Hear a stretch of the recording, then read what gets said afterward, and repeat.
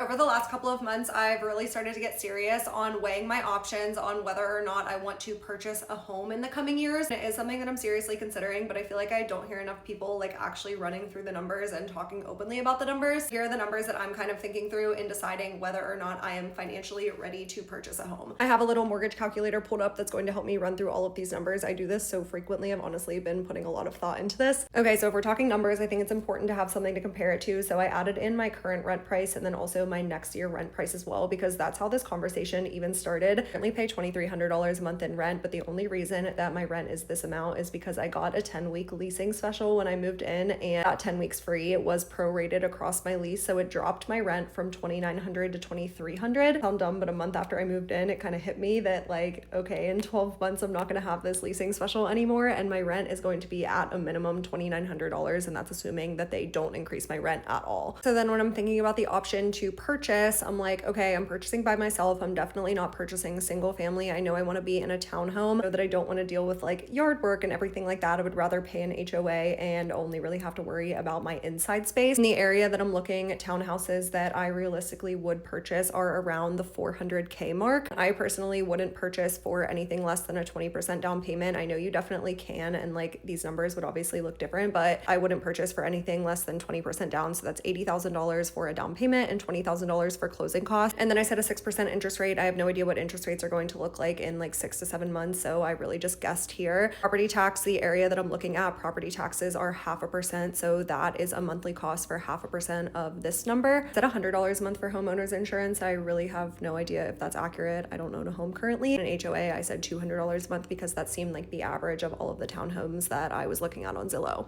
That would bring my total monthly payment to $2,385. That's including like property taxes, insurance, HOA. This $2,385 is obviously less than $2,900 a month, so that's great. However, that's offset by that large opportunity cost of spending $100,000 in a down payment and closing costs, is putting that $100,000 into something like the stock market. Obviously, this is strictly talking like year one numbers. I know that the benefit of home ownership only gets like greater and greater the longer that you own the home, or you have to like build equity, and also as rent prices keep increasing and your mortgage payment is fixed. But home ownership actually is no joke. The thought of spending $100,000 up front and still spending over $2,000 a month on a housing payment, that does really hurt to think about.